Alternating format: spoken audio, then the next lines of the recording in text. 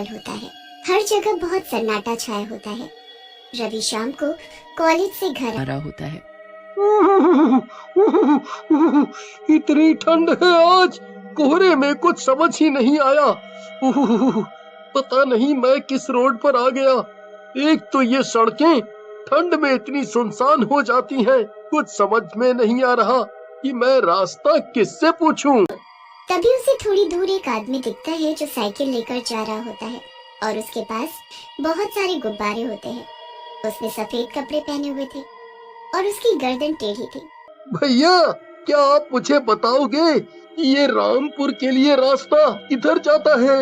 मैं जरा रास्ता भटक गया हूँ, क्या आप मुझे बताओगे? रामपुर जाना है, चलो मैं भी वहीं जा रहा हूँ, छोड़ देता हूँ, मेरी साइकिल पर बैठ जाओ। रवि गुब्बारे वाले की साइकिल पर बैठ जाता है और उसके साथ रामपुर की ओर चला जाता है। रास्ते में रवि आदमी से बातें करता है। भैया, आपका नाम क्या है? आप कहाँ के रहने वाले हो? और आप इतनी रात को गुब्बारे बेच रहे हो? इतनी रात में कौन गुब्बारे खरीदता होगा? मेरा नाम भूतिया गुब्बारे वाला है। अब क्या करूं, बचपन से शौक है बेचने का, जाता ही नहीं, कोई नहीं खरीदता, तुम ही एक ले लो। भूतिया गुब्बारे वाला, ये कैसा नाम है? और ये रामपुर का रास्ता कितना दूर है जो अभी तक आया नहीं? कहीं हम रास्ता तो नहीं भटक गए? तभी गुब्बारे वाला साइकिल रोक देता है। रवि के उतरते ही गुब्बारे वाला अपने भूतिया रूप में आ जाता है और गुस्से में रवि को बोलता है, ले लो गुब्बारे ले लो, मैंने कहा था ना गुब्बारे लेने पड़ेंगे, तो लो। कौन हो तुम और ये तुम्हारी शक्ल को क्या हो गया? अभी तक तो तुम ठीक थे। भूतिया गुब्बारे वाला जोर जोर से हंसने लगता है और वो उसे मार देता है। इतना बोलकर वो उसका शरीर पेड़ से टांग देता है और साथ में एक गुब्बारा भी लगा देता है जिस पर एक बड़ी सी स्माइली बनी होती है। फिर वो अपनी साइकिल पर वहाँ से चला जाता है।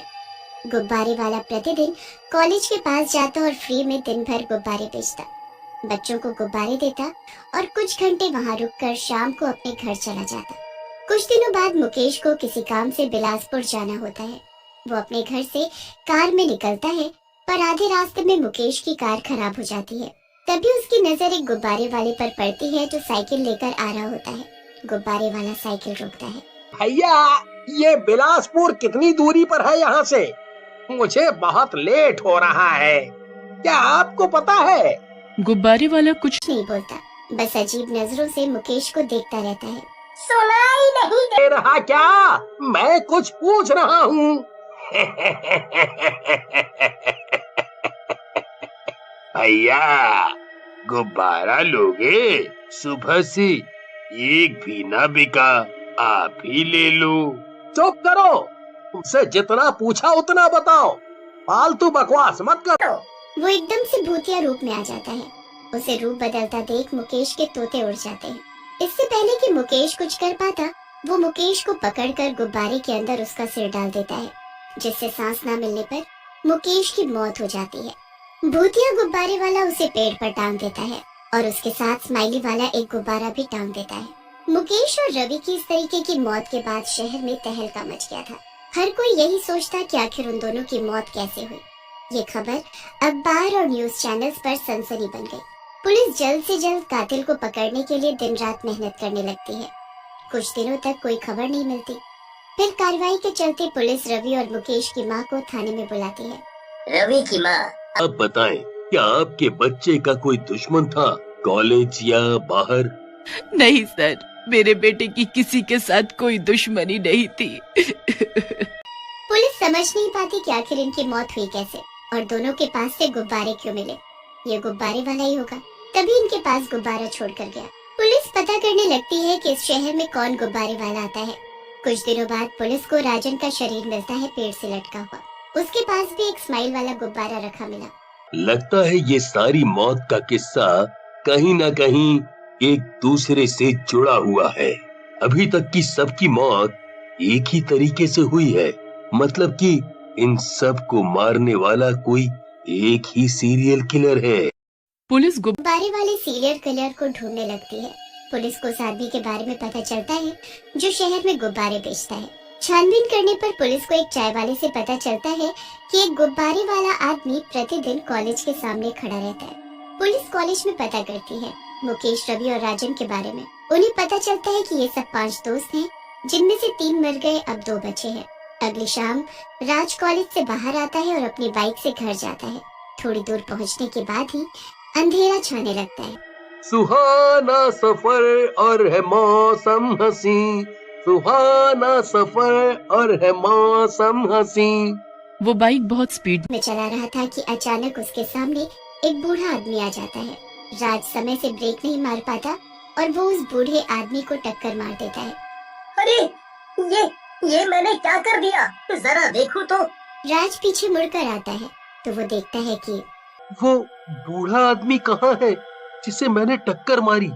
वहाँ किसी की लाश को ना पाकर राज डर जाता है और जल्दी से अपनी बाइक घुमाकर निकल जाता है। वहाँ दूसरी साइड पुलिस को पता चलता है कि गुब्बारे वाला फिर कॉलेज आया था। अरे साहब, गुब्बारे वाले ने बच्चों को फ्री में गुब्बारे दिए और फिर कुछ घंटों बाद दूसरी ओर चला गया। पुलिस बताए गए रास्ते पर जाती है। इधर राज हड़बड़ाया हुआ जल्दी जल्दी बाइक चलाने लगता है। थोड़ी दूरी पर उसे एक आदमी दिखता है जिसके पास बहुत सारे गुब्बारे होते हैं। राज के बहुत हॉर्न देने के बाद भी वो सामने से नहीं हटता। राज अपनी बाइक उसके सामने एकदम से रोकता है और कहता है, क्या भाई, मरने का शौक है क्या? इतनी रात को गुब्बारे बेच रहे हो, वो भी बीच सड़क पर? जाओ, सही सलामत घर जाओ। क्या तुम मुझे घर छोड़ दोगे? मेरा घर इसी रास्ते में है। अगर तुम बुरा ना मानो तो मैं तुम्हारी बाइक पर बैठ जाऊं। भाई, आपके पास गुब्बारे हैं, इनकी हवा निकालो और उड़कर चले जाओ। गुब्बारे वाला उसे एक टक अजीब नजरों से देखता रहता है और कुछ नहीं कहता। गुब्बारे वाला उसकी बाइक पर बैठ जाता है और राज की बाइक पर गुब्बारे बांध देता है। गुब्बारे बांधते ही राज की बाइक हवा में उड़ने लगती है। गुब्बारे वाला अचानक भूतिया रूप में आता है और हवा में चलते हुए सामने आता है बाइक के और राज से कहता है, क्या हुआ? डर लग रहा है? नीचे देखो एक बार। अगर तुम यहाँ से गिर गए तो क्या होगा तुम्हारा? राज को कुछ समझ नहीं आता और वो अपनी बाइक को नीचे उतारने की कोशिश करता है पर कुछ नहीं होता। तुम नीचे जा सकते हो अगर तुम ये सारे गुब्बारे फोड़ दो, फिर तुम नीचे चले जाओगे। फोड़ो फोड़ो। राज जल्दी से सारे गुब्बारे फोड़ने लगता है पर गुब्बारे खत्म ही नहीं होते। राज का शरीर थकने लगता है। तुम मुझे क्यों परेशान कर रहे हो? मैंने तुम्हारा क्या बिगाड़ा है? हाँ, तुम सही बोलते हो। मैं तुम्हें क्यों परेशान कर रहा हूँ? तुमने तो मेरा कुछ नहीं बिगाड़ा। तुम एक काम करो, जो गुब्बारे तुमने मेरे फोड़े हैं उतने दोबारा फुला के दो, मैं तुमको पक्का छोड़ दूंगा। भूतिया गुब्बारे वाला राज को नीचे गिरा देता है और जोर से हंसने लगता है। कुछ देर बाद वहाँ पुलिस आ जाती है और वो राज को तड़पता हुआ देख लेते हैं। तुरंत एम्बुलेंस को फोन करो और राज को हॉस्पिटल भेजो। पुलिस बंदूक गुब्बारे वाले की तरफ तान देती है। पुलिस जैसे ही गोली चलाती है, गुब्बारे वाले के ऊपर कुछ असर नहीं होता। गोली उसके आर पार हो जाती है पर उसे कुछ नहीं होता। भूतिया गुब्बारे वाला आसमान से गायब हो जाता है और पुलिस के पीछे खड़ा हो जाता है और धीरे से कहता है, अब मारो, मारो मुझे, मारो मारो, अब मारो। तभी वहाँ सुरेश आ जाता है। गुब्बारे वाला सुरेश को दोस्त कहकर पुकारता है और उससे कहता है, उसे परेशान मत करो, उसने जो किया सही किया। उन तीनों ने इसके साथ गलत किया था और इसने उसका बदला लिया।